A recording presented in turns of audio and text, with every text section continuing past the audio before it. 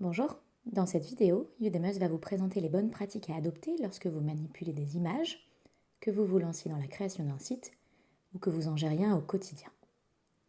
Un site présentant de grandes et belles images sera plus attractif qu'un site ne contenant que du texte.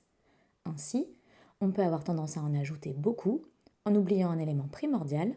Lorsque l'on sélectionne une image, on vérifie sa taille et son poids avant tout.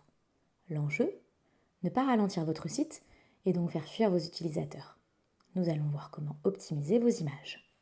Les formats de base les plus courants sont le JPEG, qui est associé aux photos, avec un format de grande compression, plus léger que le PNG, et le PNG, qui lui est plus souvent associé à des images telles que les logos, les pictogrammes. Sa compression est moindre, et contrairement au JPEG, il conserve la transparence. De nouveaux formats font leur apparition, tels que WebP, promu par Google, qui est encore plus léger. Sur le web, on parle en pixels et non en centimètres. La largeur idéale d'une image est de 1920 pixels.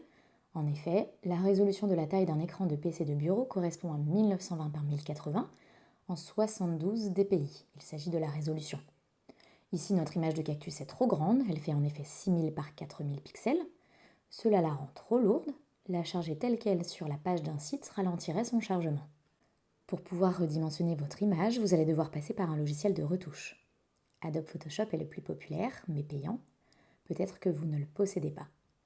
GIMP est un logiciel libre de droit et c'est une bonne alternative. Option entre les deux, Affinity Photo qui propose un abonnement payable une seule fois. La licence vous appartient ensuite à vie. Ouvrez votre fichier dans le logiciel. Nous allons seulement exporter notre image dans un nouveau format. Nous allons prendre l'exemple avec Affinity Photo, mais le procédé est globalement le même quel que soit le logiciel. On ouvre l'image avec le logiciel. On clique sur Fichier, Exporter. On choisit l'extension JPEG ou PNG en fonction du besoin. On tape 1920 pour la largeur. On appuie sur Rentrer et la hauteur s'est corrigée automatiquement. Le cadenas est fermé, donc le ratio de l'image est conservé. On exporte et voici la nouvelle image. On lui donne un autre nom pour ne pas écraser le fichier d'origine.